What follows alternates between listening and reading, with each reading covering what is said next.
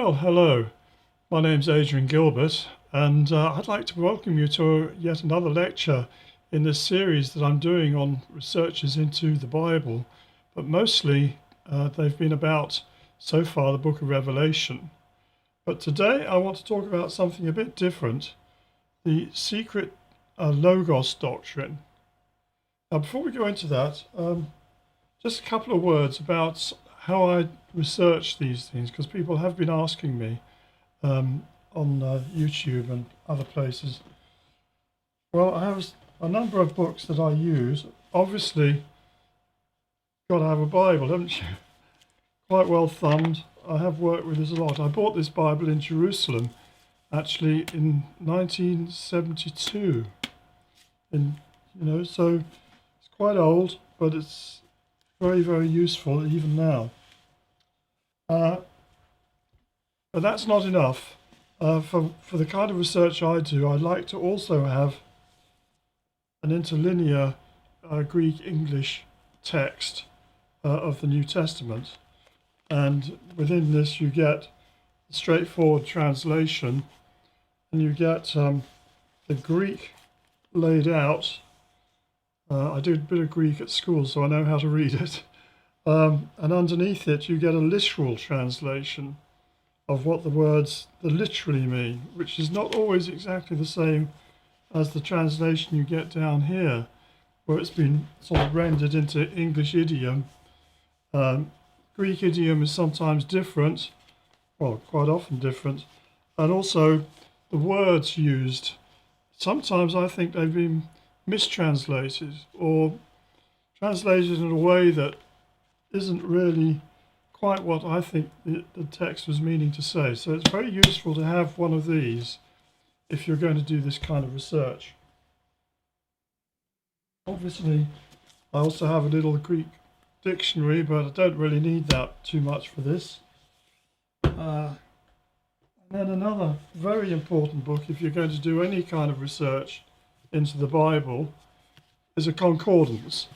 And what this is a sort of like a great big dictionary or encyclopedia, I suppose, kind of, where you have all the words in the Bible laid out, people's names and things, all sorts of things, and where they occur within the text.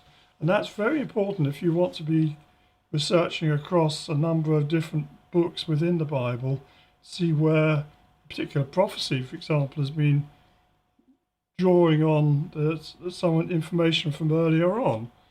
You need to know where that is so you can find it. So if you're going to do any kind of serious work of this sort, you do need a concordance. Okay, well, that said, I'm going to press on with this lecture, which is mostly going to be going through slides, and I've got quite a lot to get through, so this might turn out to be quite a long lecture. But if you find that you haven't got time, you can always come back to it, you know. You don't have to do it all in one go. You can come back and have another look. And before I get started, I'd also like to ask you, if you're new to this channel, please do subscribe to it and click the little bell so you get notifications. And if possible, if you like what I'm doing, then ask your friends to come along as well. And because I'm trying to build this channel up, the more people we have subscribed, the better. So let's get started. Now, as I said, this lecture is called The Secret Logos Doctrine, which actually is the core of Western mysticism. On my tools. All right. So we're going to go into the origins of the Logos Doctrine in Christianity. And the origin for this, if you're not aware, is actually the John Gospel. And I should tell you why I think the John Gospel is so important compared with the other three. That when Jesus had his school, I call it a school, going on, he was teaching people. He had his circle of disciples, but he took from that circle 3 disciples in particular that he would take aside and he would explain other things to them, and he would show them things that the others didn't get to see. A notable example of that was the Transfiguration, when Jesus appeared to them in his body of light, alongside Moses and Elijah or Elia in their bodies of light. Now you might think that's total nonsense. No such thing as a body of light. But if you're into kind of mysticism and religion in a big, sensible way, then these are concepts that you need to be addressing. Then there was the question of they witnessed some of the miracles the others didn't. I think the first one was Jesus raising a girl from the dead, and only those three were allowed in. And finally, at the time when he was praying in the Garden of Gethsemane, he took those three apostles with him to keep him company while he was praying. Of course, they fell asleep. He had to wake them up a couple of times. But never mind, they were his kind of inner core group. And of those three, only John wrote one of the Gospels, at least the ones that we have in the Bible recognized as being canonical. And his Gospel is very much the most mystical of them. So when we go into this Logos Doctrine, that's the primary source that I'm going to be looking at. And I want to take you through this because I think it will make a lot of your other studies, particularly with the Book of Revelation, if you're coming with me on that journey, a lot more relevant, and you'll understand it a lot better. So no more. Let's get back to the text itself. And John's Gospel begins with these words: "In the beginning was the Word." The Greek word for that is logos. "And the Word was with God, and the Word was God. The same," that's to say the Logos, "was in the beginning with God. All things were made by him," that's the Logos, "and without him was not anything made that was made. In him," Logos, "was life, and the life was the light of men. And the light shineth in darkness, and the darkness comprehended it not." Now, I'm sure you've probably seen these words before. You've probably heard it, read out to you before, and you've scratched your head and you thought, what on earth is this all about? It's very, very weird. And it is. But I want us to go through this, and by the end of this lecture, you will have a good understanding of exactly what's being talked about and why it is so important. So, let's break it all down, shall we? What do we mean by "in the beginning"? That probably seems obvious, but we normally think of the beginning as a time long, long ago when everything started. It implies that somewhere in the future there will be an end when this process completes. However, this is not what is implied in the Bible, for there time is cyclical. So in our normal understanding, there's a beginning on the left-hand side here. There's the arrow of time, and it comes to the end. So beginning of the year, January the 1st. End of the year, December the 31st. There's a beginning and there's an end. But that's not really what's being talked about here. The Greek for "in the beginning" is en-arche. Arche is the root word from which we derive the English word arch, and also all those words implying seniority and rank. For example, archangel, archbishop, archdeacon, and so on. You can think of other archdemon, if you want to look on the other side. It signifies hierarchy. Notice that I've separated that into higher and archy. Archy, again, we've got this arch word in it, with subordinates arranged around a central authority, as in a circle. So you think about the Archbishop of Canterbury, for example. He's the big man, right? And he's got all the other bishops who report to him. Right? He's the CEO, he's the Archbishop.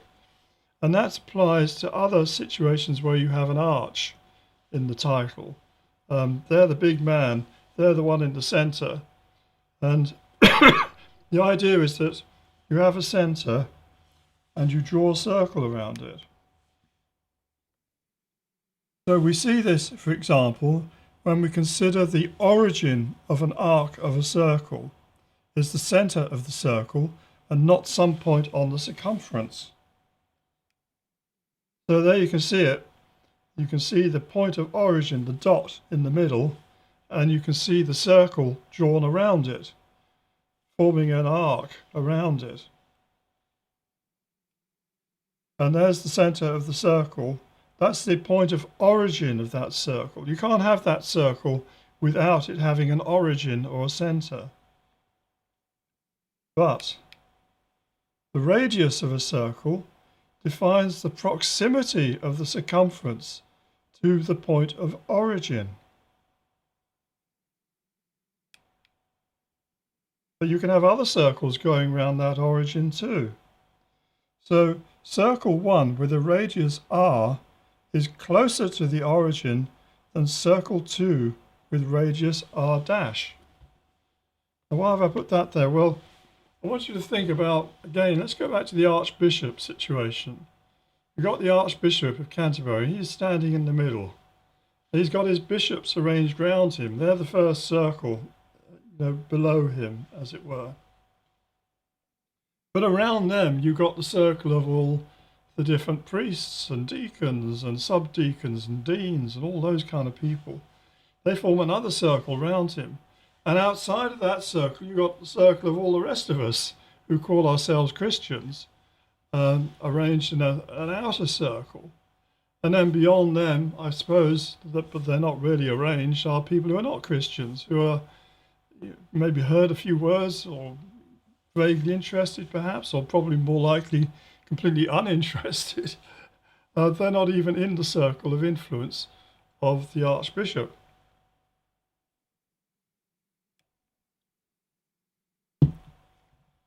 So, we are to understand that at the start of the process of creation, the Word, that's the Logos we were talking about earlier, is contained in God. God's there sitting in the center of everything as a potential. So the Logos is there in the middle there as a potential. At this point, everything that is to come is contained in the point of origin. And we get this in the Bible there. It says, "In the beginning was the Word, and the Word was with God, and the Word was God." Now I want you to think here about the structure of Jesus' esoteric school. Now that probably needs a little bit of explanation, but there is this concept that there are schools of philosophy, you could call it, where people go, or used to go. I don't know that they really exist so much now, but there were schools of teaching where you could go to learn about the higher matters, the metaphysics of the universe, just as we would go to a university to learn about, I did chemistry, for example. You go to university to learn chemistry at a higher level than you got in your ordinary school, and then you might go on from there to do your master's degree and then perhaps write a thesis and get your PhD and become a teacher yourself. So there is this concept of schools, and there was also within Christianity, until quite recently, there were these schools. I suppose they do, in a sense, continue with theological schools where people are training to be priests or bishops, or, well, they don't train to be a bishop, you have to get there, but they train to become priests. And then they go out. I suppose you would say that that was an esoteric school, except from what I can tell from the outside, they don't seem to know very much. But there were in earlier days ideas of schools, and this was particularly true actually in Wales before the Norman conquest. What you would have is a saint, a holy man, and he would start a church. Now, the word church comes from the Greek word kyriakos, yeah, which actually means a circle. It doesn't mean a building, where people go and sit on pews and go to mass once a week. No, it's not. That's not what a church is. A church is a circle around a teacher. That's what a circle is. That's in this context. And so you would have a holy man, might be someone like St Tylo, who would go out and he would start a church, and he would maybe build a building where his people could meet and sit round him, and he would teach them. And then in due course, maybe one of them or more than one might reach a high grade themselves, and they would take on students and start another circle, which would be kind of a subordinate circle to the main one. And that's kind of how Christianity spread in the early days, particularly, but was actually practiced that way in Wales until quite recently. These days, it's quite different. But anyway, I want to talk about Jesus's esoteric school, where Jesus is teaching the people and he's teaching his disciples esoteric knowledge. We don't know exactly where he got this knowledge from. I personally suspect it wasn't all just like born with it, and he had to go and learn himself from other people. And I would think almost certainly went to Egypt, and very likely he went to Persia and India as well. I say that because the nature of the way he taught in parables particularly is very reminiscent of the way that Buddhism is taught in India. So anyway, he started a school, we'll call it that, an esoteric school in Judea. So you notice there's 3 levels to Jesus' teaching. The further from the center, the lower the level. Right, so you've got exoteric, mesoteric, and esoteric. So the exoteric is level 1, and this is what he taught to the people at large. Bear in mind, he's wandering around, he's giving the Sermon on the Mount and teaching them the Beatitudes, and the people are saying, yeah, you must have seen Monty Python with that skit on that, with guys right at the back, they can't hear him properly, and they say, what did he say? What did he say? He said, blessed are the cheesemakers. What's the cheesemakers? Why are they special? Of course, what he actually said was, blessed are the peacemakers.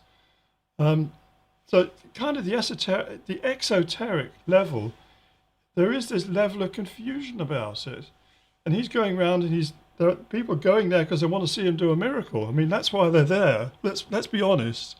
They want to see him heal a leper or raise someone from the dead. That's why they've come along. Don't we all just love a street magician, eh? But he was also teaching them in parables about the sower who's sowing the seed, and some of it lands on stony ground and doesn't grow. Some of it starts growing, but it's too dry there and it dies and withers. Others just doesn't germinate, but then some of it lands in fertile ground, it grows and it becomes a mighty tree.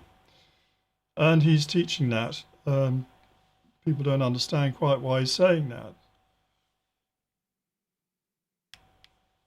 And then we have the mesoteric level, which is the second level after the exoteric, which is where he was teaching the people, as it were.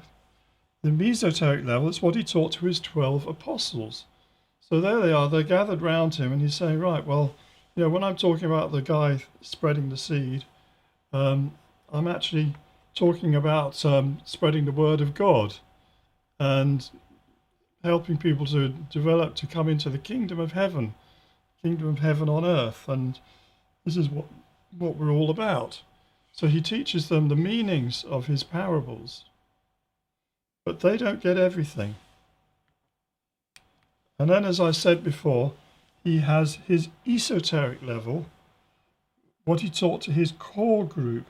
And that was just 3 apostles, Peter, St. Peter the fisherman, James, that's James the Greater, and his brother John, the sons of Zebedee, those 2.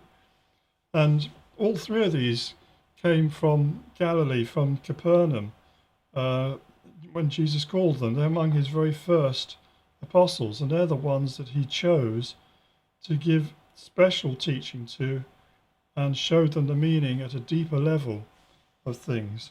So James died very early on. He was martyred, I think, in 44 AD, I think, and Peter about 60 AD, crucified in Rome. James had his head cut off. If you want to know where, if you go to Jerusalem, there's the Armenian cathedral there of St James, and that's supposedly on the spot where he was martyred, and I think they've got his remains there, or what they believe are his remains anyway.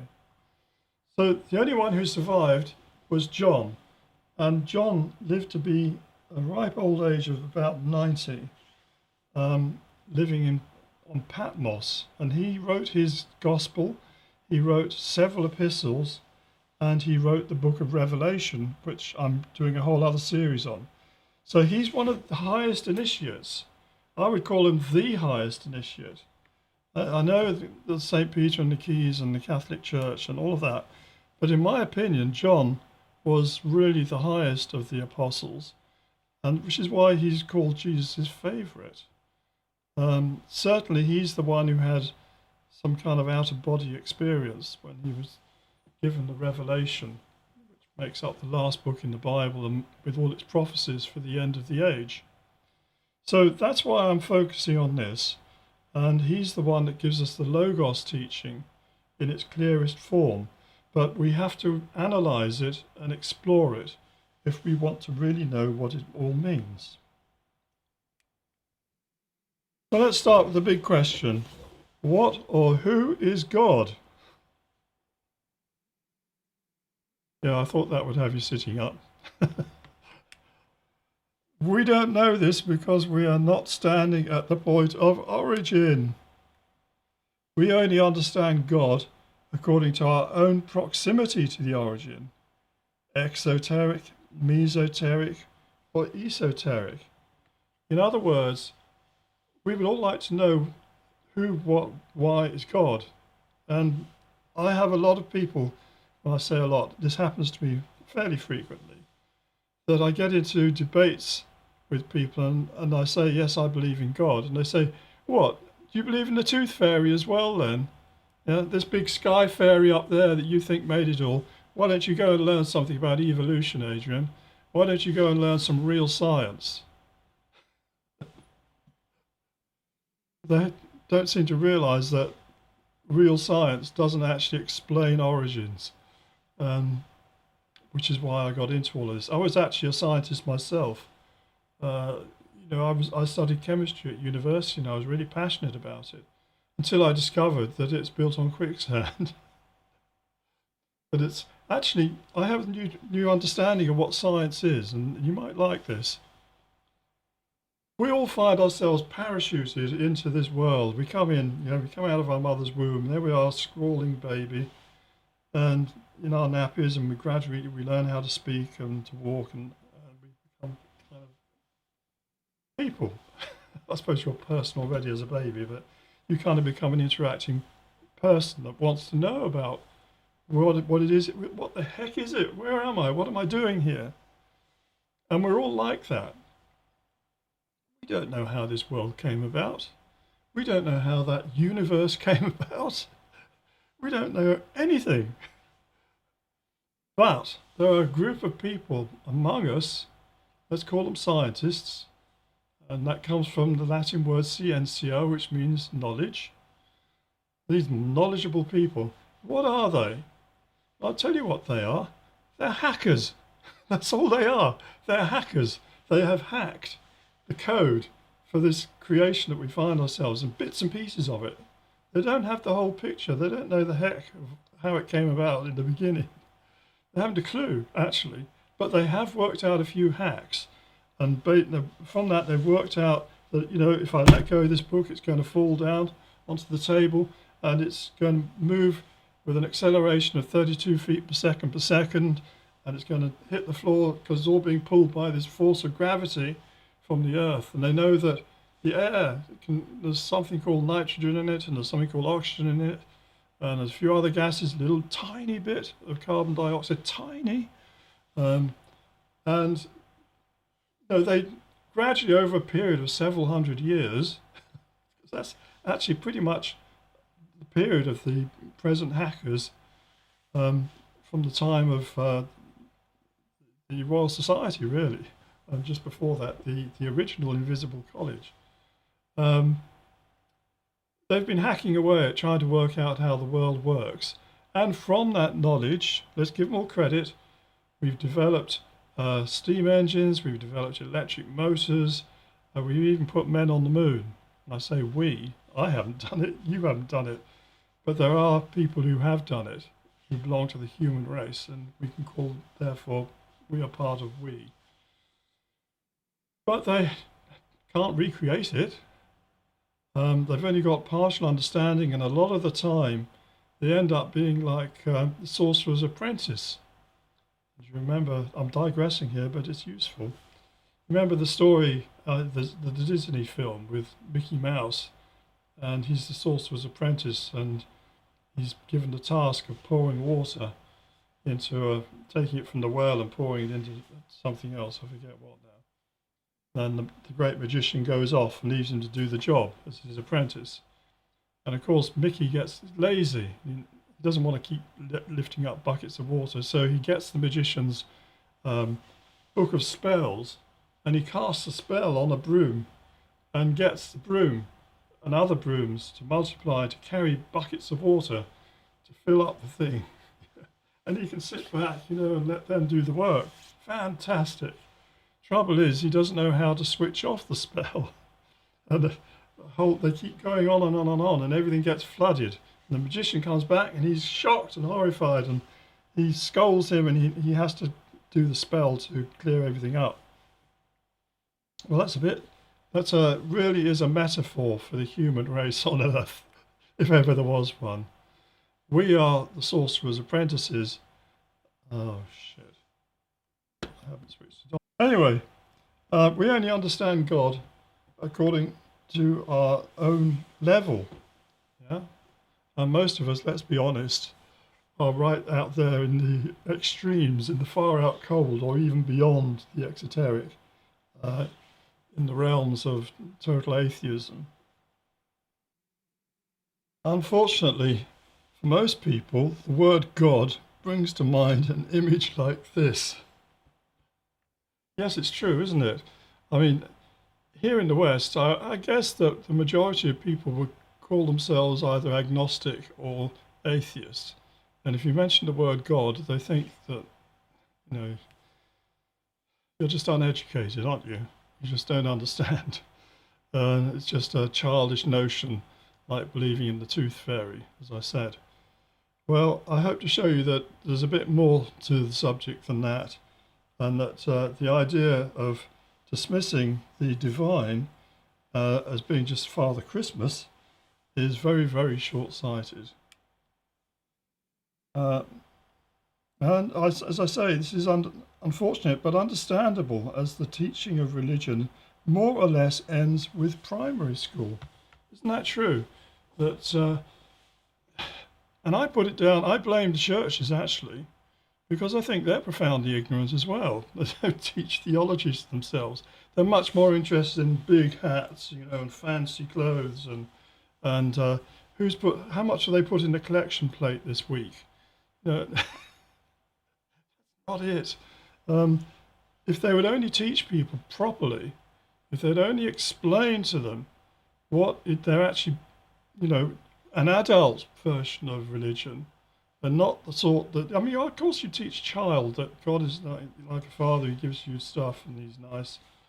Yeah, okay, teaching a 5-year-old, that's great. But by the time people reach adulthood, they need a much deeper, better teaching if they're to retain any kind of faith. Because why should they believe in the tooth fairy? Let's be honest about it. Anyway, so for Christians, and we're going to go in here into the deeper levels of this Logos Doctrine, because I see the Logos Doctrine as being actually at the core of any kind of true faith. That if you haven't got that, then why? It's, you may as well go to Persia or go to India and study under the Maharishi. Anyway, For Christians, there is the belief that the Logos was incarnated in Jesus Christ as the Son of God. I'm going to read you out the actual words. And the Word was made flesh and dwelt among us, and we beheld his glory as of the only begotten of the Father, full of grace and truth. Right? That's in John Gospel, chapter 1, verse 14. Remember what I said, where it says word, we should translate that as, or the original Greek is logos. So the Greek for grace is caritas, or caritos, from which we derive the English word charity. Isn't that interesting? You know, you have charity boxes shaken at you, and you say, I'm doing it for charity, I'm going on a fun run to collect some money for charity. We have quite a strong notion of what charity means, but it doesn't mean that at all. Charity is not the act of giving money to beggars, but rather a very high and refined cosmic energy. Its presence manifests as an aura or halo of gloria, of glory, doxa in Greek, gloria in Latin. So we, right from the start,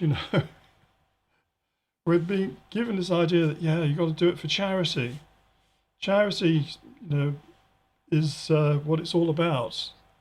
Charity is love, that you love your neighbour and you do things to help them. But actually, it's not. Charity is actually an energy. It's actually a divine gift, what we call grace, that actually can sanctify you, can change your being, transform you. And the whole process of going to an esoteric school is about transformation. That it's an alchemy, it's an alchemical process. And I'm going to do other lectures on alchemy, because it's been a major study of mine over the years. But the whole idea is there's an alchemical possibility to create within your physical body a body of light.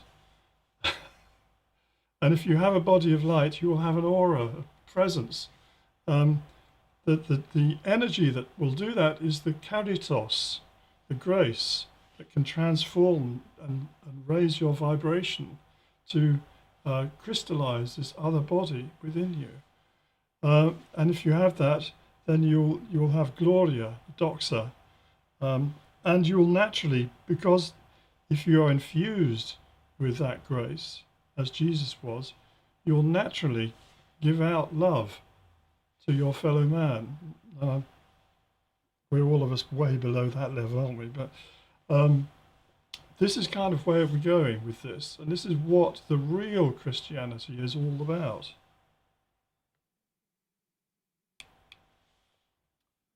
So on the face of it, the idea that Jesus Christ was the incarnation of the second person of the Trinity is totally weird. However, there is an esoteric, logical explanation. Jesus declared on many occasions that he was doing the will of the Father who sent him. What he meant by this was that he had sacrificed his own private will for that of the higher mind of the Creator. This is a subject we shall discuss further in later lectures, but it meant that he was, and still is, the living vessel for that higher energy to which Christians give the name caritos, or grace. This showed in his face as a radiance, or glory, doxa. It also gave him the power to carry out his many miracles.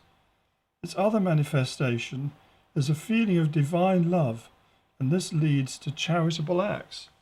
So there you have it.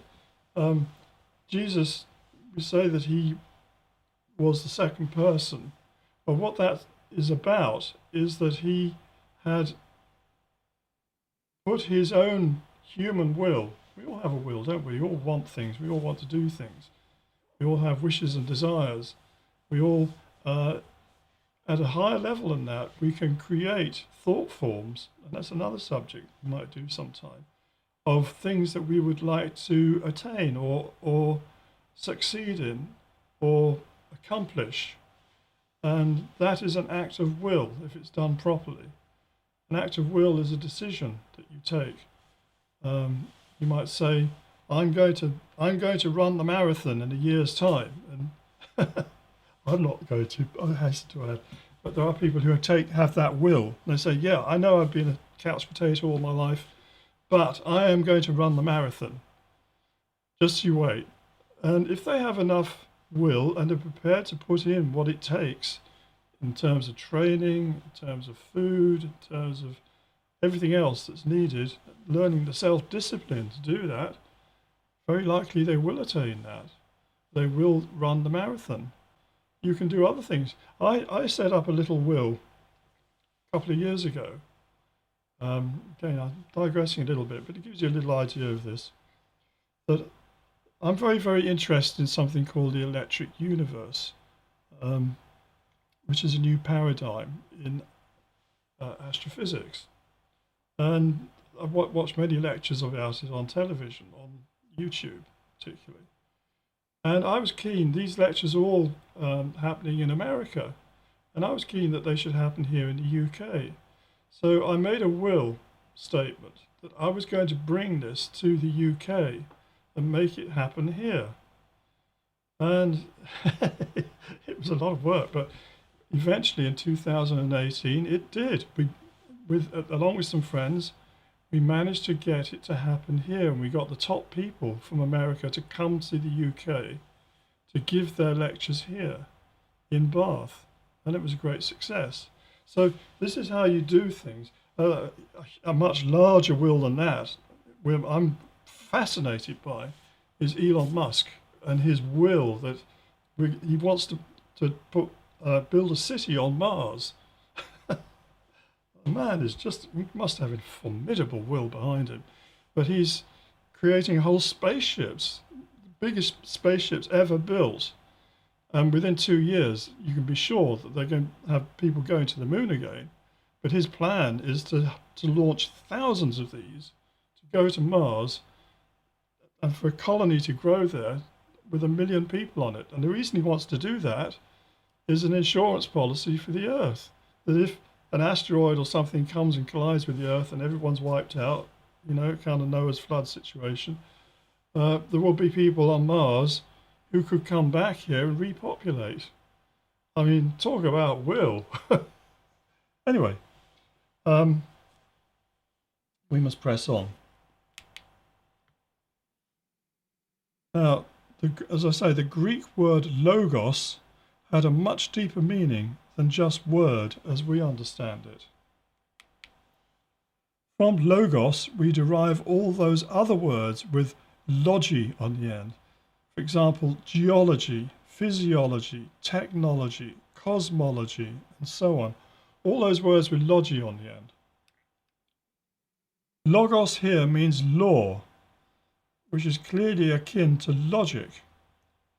Logic means the truth about a subject from studying its laws. Now, if you ever studied any logic, it's a way of analyzing the world to see what is the truth about something, about an argument in particular. Let me give an example. We could say that all Scotsmen are British, but we can't say that all British are Scotsmen. The British term is an umbrella term that includes English, Welsh, Scots. There are other nations too here now, I guess. But they are enclosed within the larger term British. So we have to understand logically that we can't then say that all British are English, for example, because they're not. And this happens a lot in debates and arguments. It's something that barristers, I guess, have to study and learn, because learning how to deal with matters logically is the way that we can uncover their truth. Anyway, in the Bible, the connection between word and law is that when God speaks, it is the law. think on that for a moment. The ancient Egyptians symbolized the abstract concept of the law with the anthropomorphic figure of the goddess Maat. Now, I'm not a sort of evangelical Christian, or I don't go in for sects and schisms and specifics like that. I'm actually a man on a path. I want enlightenment. That's what I'm after. I want transformation. I tend to think that whenever you have the word ism attached to something, that you've lost it. That the sort of belief in an ism means that you're becoming a sect. You're becoming tied up in the process instead of the goal. So I'm quite happy studying ancient Egypt, see what they knew, what they had, what moved them. Ancient Persia, yes. I'll look into Buddhism. That's become a bit of a sect, hasn't it? We're losing it there. But the Eastern mysticism, I would say, is worthy of study. But in this context, it's worth looking at things like the Egyptian concept of Ma'at, which represented truth, the law, the right way of doing things. And actually, in ancient Egypt, they had this idea that after death, that your heart, or a little jar representing your heart, the heart would be in there, a little canopic jar, would be weighed in the balances against the feather of truth, the feather of Ma'at. Sometimes they put the little goddess herself sitting in the other balance. And if it didn't balance, then you wouldn't pass the test. You weren't going to go to heaven. You were going to get gobbled up by a monster that was standing there waiting to gobble you up. And you see this, I've got a lovely big weighing of the heart picture downstairs. But you see that in these Egyptian paintings. Well, Ma'at represents truth. So it's actually teaching that you've got to be doing things right, according to the law, according to the way of God, etc. Morality. So I don't think the Egyptians were always the corrupt Pharaoh chasing the Israelites across the Red Sea. In its origins, it was a very high religion, but only got corrupted later. In the Greco-Roman world, Ma'at became the goddess Astrea. And according to Hesiod, she dwelt on earth during the Golden and Silver Ages. In other words, the Golden and Silver Ages were great, especially the Golden Age, because the rule of law was present and people honoured it, and they didn't go around hitting each other over the head or starting wars.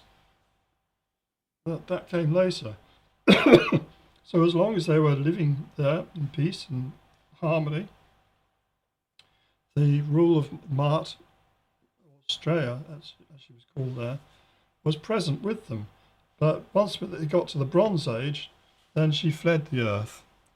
Because of the violence of the Bronze and Iron Ages, she left the world. Hesiod prophesied that she will one day return when the Golden Age is restored. So this was actually a great hope of the future, was that one day the Golden Age would be restored.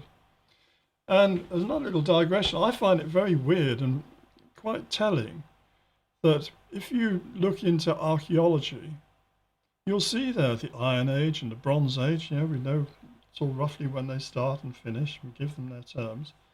But they never mention the Silver Age and Golden Age. What they talk about is the New Stone Age, that would be the Silver Age, and the Old Stone Age would be the Golden Age. They don't want to admit that these were actually perhaps times of higher consciousness than later on. The people actually were at a better level when they were in the Stone Age, as they call it, which is actually the Golden Age, than maybe when they were in the Iron Age and they're forming great big armies and they're marching across whole continents, conquering and killing and building empires. I'll just throw that in as a little aside. Now, in Britain, the figure of justice symbolizes the law. She's clearly related to Astrea, and through her to the Egyptian goddess Mut. So let me just go back there. You can see Astrea and Mut. You can certainly with Astrea you've got the balances there. And in Britain the figure of justice there. And she stands there on the Old Bailey, in the Central Criminal Court in London, if you ever go there to London. Now I want to take us into a different subject, because we need now to start thinking about the nature of God. What is God? And what is our relationship to God? Because to me, the most important thing we can study is, who am I? Why am I here? What is my purpose?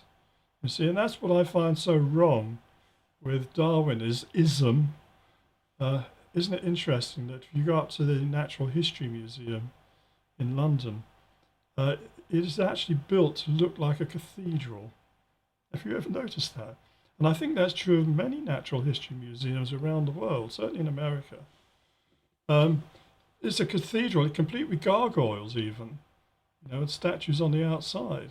And what it's teaching you is the doctrine that you're born out of microbes, which somehow, how we don't know, these chemicals came together, they formed a microbe, and the microbe evolved willy-nilly by itself, by chance, over long periods of time to become a frog, and then the frog over long periods of time becomes a mammal, and the mammal eventually becomes an ape, and the ape eventually turns into human beings.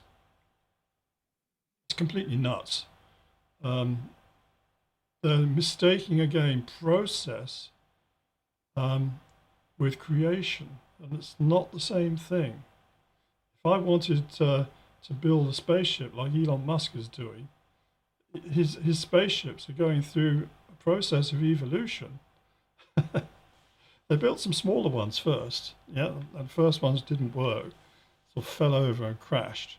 But then he developed these ones which could land on, the booster unit could come back and land. Fantastic achievement. And now they're building these bigger ones, taller than the Statue of Liberty. And the first ones they built, they sort of got these panels of pieces of stainless steel, and they're welding them together, riveting them, making this really quite rough looking thing. They put tanks in it, and they were going to fly it, but they were doing a tank test, and the thing blew up. Blew off it. And so they abandoned that one. They started again, making another one, improved version. So what's happening there is the mind of the engineers are working forwards, and they're learning by their mistakes, making a new one, developing it, taking it further. If you just look at the objects themselves, you see an evolution. But what you're not seeing is the evolution of the thought that goes behind the creation of each new step. And that is what is missing in the doctrine of evolution Darwinism. Anyway, we're going to look here at how this is how stars and galaxies appear when you look at them through a powerful telescope. And, oops, I've gone back. You see there are areas or points of light, which are stars and galaxies there, and they're joined together by plasma streams of gas, dust, and charged particles. This is all to do with the electric universe stuff, which I will do a lecture about at some stage. But I want to show you something else now. This is how the brain looks when you put it under a powerful microscope. It looks remarkably similar, doesn't it? Yeah. And you compare it with the universe. They look very, very similar. It's clear that the human brain is a microcosm of the macrocosm. Let me just explain what that means. The Hermetic Doctrine, and I've studied Hermeticism in quite some detail, is the concept of as above, so below. And there's the idea that in Christianity it's expressed that man is created in the image of God. That doesn't mean God's got a head and two arms and a leg and he looks like us. It doesn't mean that at all. What it means is according to the same laws on a larger scale and on a smaller scale. We are the microcosm. We have certain powers that God has. We have the power of thought. We have the power of creativity been given to us to go out there. We have the power of procreation, go on and multiply. These things have been given to us in a micro form. Yeah. It's just like this laptop is a microcomputer compared with a desktop computer or a big mainframe computer. There was a time when I used to be a computer programmer, and the first computers I used to program were great big IBM 360s. And when I first started computing, writing programs, you had to write them on punch cards. And you have a whole tray of these punch cards, and put them through the card where you go, reading the code into the computer. And I think the computer itself would occupy a great big room. And the disk drives, instead, you've got more power in a little card that you put in your camera than one of those disk drives we have, which were sort of size of a washing machine. And they had changeable drives that you could put in, like records, I suppose, and they're great big things. You take that one out and put it over them, put this one in, and they wouldn't hold as much more than a floppy disk. And we thought these were terrific, these machines, but they've evolved, they've been taken further. But the laptop I have here, or even more so, you've got an iPhone, is a microcosm of a macrocosm, a much larger computer. So we can think of the universe as being the macrocosm and ourselves as being the microcosm. So could it be that just as our microcosmic minds are able to think by means of our brains, so the greater mind of the macrocosmic creation is able to use the entire universe as its brain? I want you to think about that for a moment, because we have this idea that the brain creates the mind and that all your memories are stored inside your head. Now, Rupert Sheldrake knocked that one on the head. He did a very good lecture on that, which you can find on YouTube, as to why that's complete nonsense, that the mind uses the brain.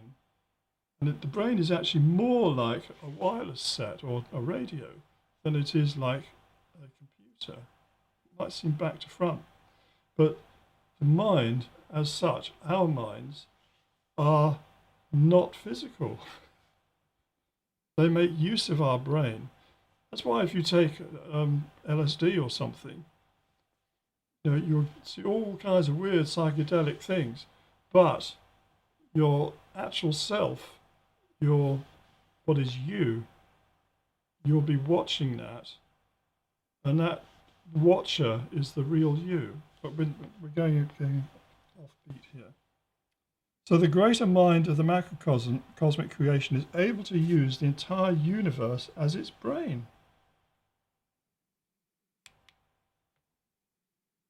So I've talked about ancient Egypt, so I now want to show you an extract from Hermetica, which is an Egyptian text, ancient Egyptian text from around about the same time as Christianity.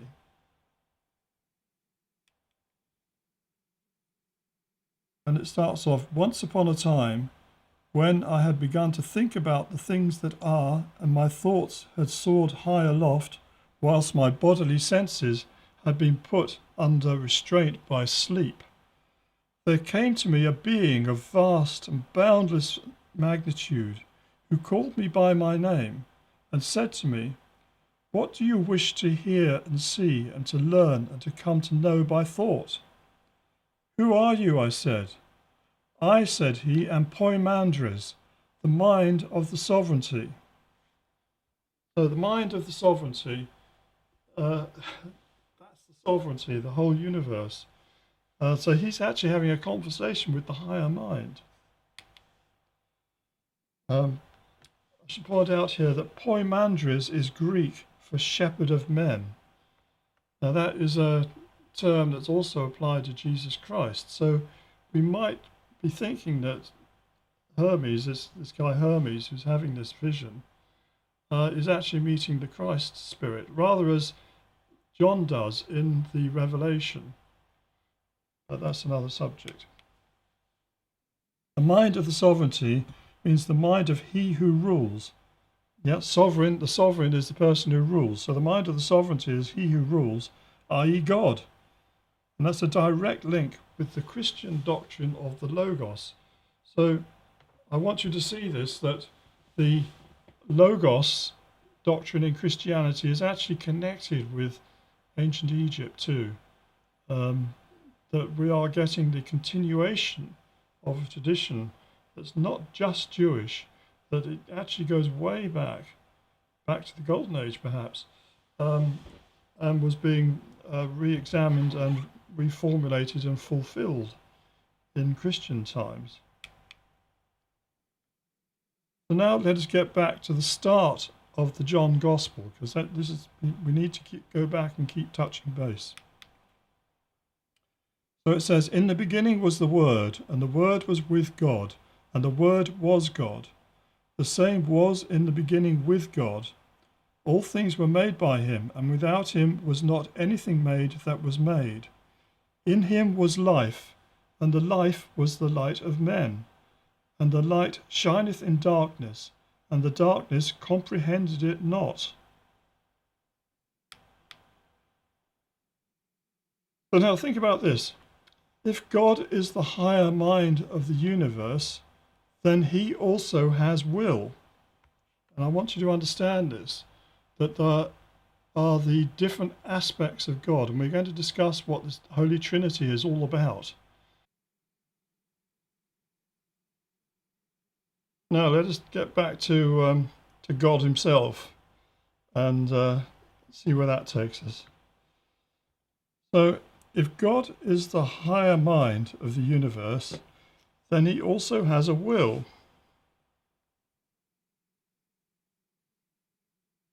God creates the universe through a series of utterances, or logoi.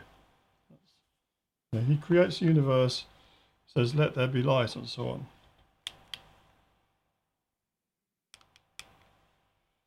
God's logoi are not just words, but rather commands. At the start of the book of Genesis, God issues a series of these commands that result in the creation. They each begin with the words, let there be, which is English for the single Latin word fiat. Not the car. Fiat. Let it be. Yeah, let it be. Let there be. Let there be light. And there was light. In other words, you get a command, let there be light. And the command goes out. Oh, yeah, right, light. So in verse 2 it says, and God said, let there be light. Fiat lux. Fiat lux in Latin. Not sure what it would be in Greek. Something phos. Anyway. The order, and that's the command, is expressed as let there be light, fiat lux, is first formed in God's mind as a decision or act of will. At this point, it is not yet born. It remains in the beginning, or en arche. In other words, God's mind, he's thinking about, yeah, this light thing, that sounds like a good idea. Yeah, let there be light. So it starts, first of all, as a thought, and he takes the decision. Now, true will, is always a decision. And it's a yes or no to things, actually. So the will, having will, power is something else. Having the will, saying, let there be light, is the decision that he wants that to happen. And so he issues the command, and it's like Elon Musk and his SpaceX company saying, build me a starship. And the guys go out there and they're up there. There's videos about this you can watch on YouTube. Every day they put a new one out. They're up there on gantries and cherry pickers, and they're sticking bits and pieces together to make these massive, great starships. And you think, right, that is some will. He's got the money to back it up, by the way. But this is what it's about, This is what the creation is about. God takes a decision. Let there be light. Let there be animals. Let there be birds in the air. All that. These are all decisions. And then it's left to the minions to go and take those decisions and make them happen. The law or commandment, once spoken, is his logos. In other words, the word goes out. Let there be light. Fiat lux. The word is transmitted. That is the logos sent out into the universe. So the logos was originally inside him. It had not yet been spoken, but once it's spoken, it's gone out into the universe. And it's by analogy with a king. We can think of it as proceeding from his mouth, in other words. However, in order for it to take form, he has to vocalize it, which means it's carried on his breath. So God, first of all, he has the thought, and he takes a decision. I'm going to make light. And then he issues the command, let there be light. It goes out, but it goes out on his breath. The words are carried on the breath of God. And the words themselves which are carried are the logos. And we see that in this painting or whatever it is here. In this context, we visualize God, who is the mind of the sovereignty, as just like a king, he's sitting on his throne and giving orders. The orders are carried by his breath, which is here represented by a golden stream proceeding from his mouth. So he's not throwing up here. God is not chundering his breakfast. He is actually giving his command in the form of orders. And he's saying, let there be light or whatever. And he's issuing out of his mouth on his breath. So let's have another little look at what we mean by the breath of God. The Latin for breath is spiritus. In Greek, it is pneuma. Spiritus is the root word for many English words, such as inspire, in spiritus, breathe in, expire, ex spiritus, breathe out, respiration, breathing repeatedly. It also means spirit. That's what spirit means, It means breath, basically. And when you think about spirits, like alcohol spirits, how do you make them? What you do is you take your liquor, your wine or whatever it is that you're going to distill, and you put it in your still, and you heat it up, and the wine or whatever gives off its breath, which comes off as a gas. And then you condense the gas, the spirit is condensed, the breath is condensed, comes out of the still and into your collecting vessel to make your whiskey or brandy or gin or whatever it is you're going to make alcoholic. And we call those spirits because they are from the breath of the thing. So this word spirit, it has multiple uses, and not all of them very religious. And this is the key to understanding the true meaning of the Holy Ghost. In Latin, that's the Holy Ghost, is called Spiritus Sanctus, and in Greek, pneuma hagion, which means the same thing, Holy Spirit. Right? So the Holy Spirit is what is the Holy Ghost. The Spiritus Sanctus, or the pneuma hagion, the Holy Ghost, the third person of the Trinity. So what's that all about? Well, both mean holy breath. Thus the Holy Ghost is the breath of God that carries his logoi or edicts into the creation. I want you to ponder that for a moment, because if a king wants to give a command, his courtiers are all around and says, go and build me a castle, right? So they say, yes, my lord, yes, yes, your majesty. And they go off and they build him a castle. God delivers an edict or an order to his angels who gather around. He says, go and take this planet and terraform it. Yeah, make their light, make the separation of the waters above from the waters below, and put fish in the sea and put birds in the air and put animals on the land. And they said, yes, yes, your majesty, we'll go and do this.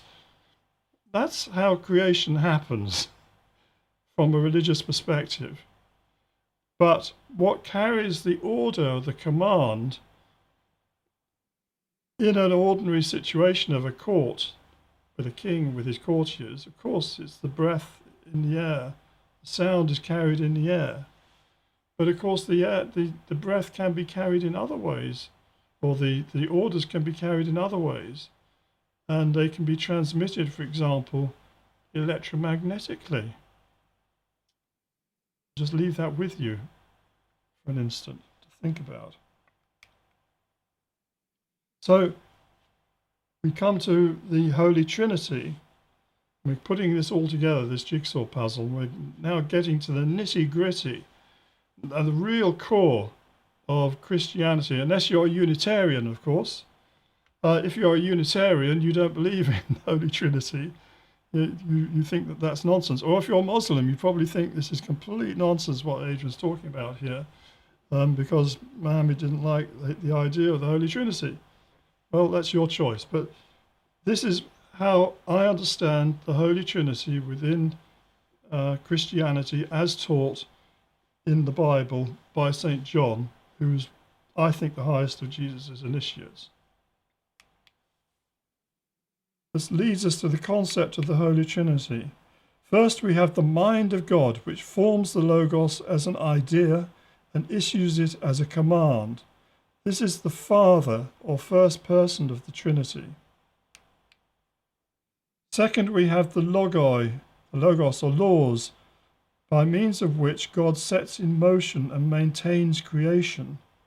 This is the second person, or aspect, of the Trinity. Thirdly, we have the Holy Breath, the Holy Ghost, by means of which God enables his laws to be transmitted and actualized. This is the third person of the Trinity.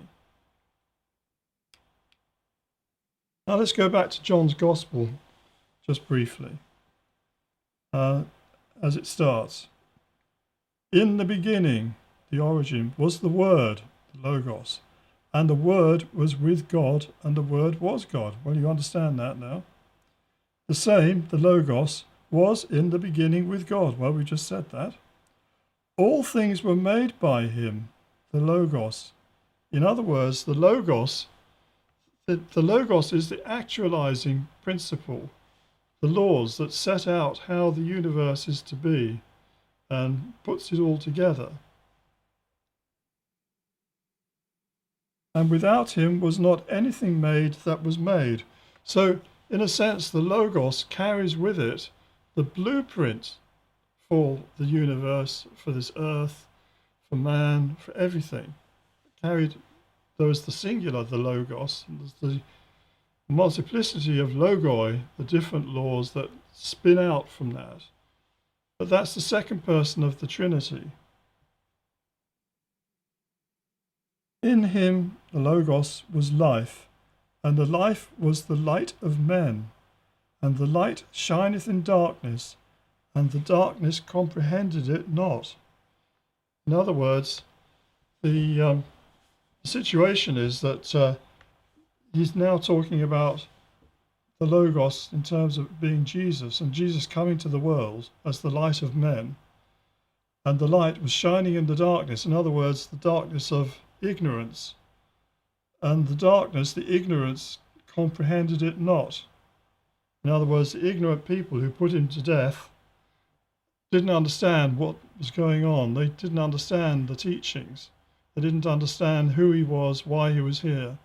And that's still true today, actually. We are still profoundly ignorant people. We're savages, actually, to be honest. Let's be honest. We still go and fight huge wars with each other. We still want to dominate. We still want to take what we can without having to pay for it. In many ways, we're beasts of the field.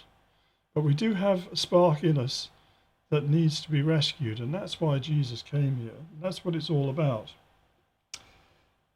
Anyway, I'd say this is the basis of the Logos Doctrine, which we're going to study in more detail in later lectures. So I just wanted to give you this first lecture on the subject, more as an introduction and more also to give you some kind of framework and some kind of confidence that what we're dealing with in the Bible is not just a load of nonsense. It actually contains deep philosophy, if you'll dig for it. It's not always handed out to you on a plate. It's not always kindergarten stuff. Father Christmas turns up with his sack of goodies and one for you, one for you, one for you. It doesn't work like that. You have to work for it. You have to dig. You have to think. You have to ponder. You have to want. If you don't want it, it won't open to you. If you don't want enlightenment, it won't come to you.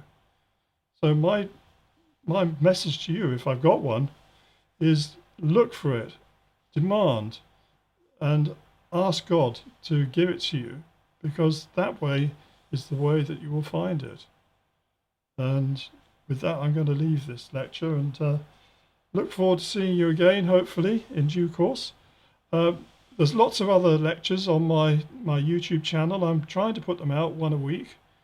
I'll try and keep it up if I can. It depends how much other stuff I have on my plate.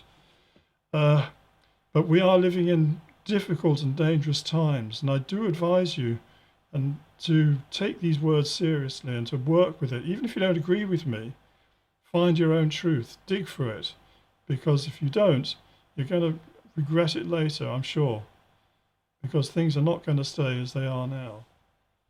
So with that, I'm going to leave you. If you haven't already clicked on the channel button and rung the little bell, every time I watch a video on YouTube, they always say this, and I'm like, oh no, not again. So please bear with me, but it does help, and I'm trying to build up the numbers, and it will really help a lot if you can pass on the message to your friends and on your Facebook groups or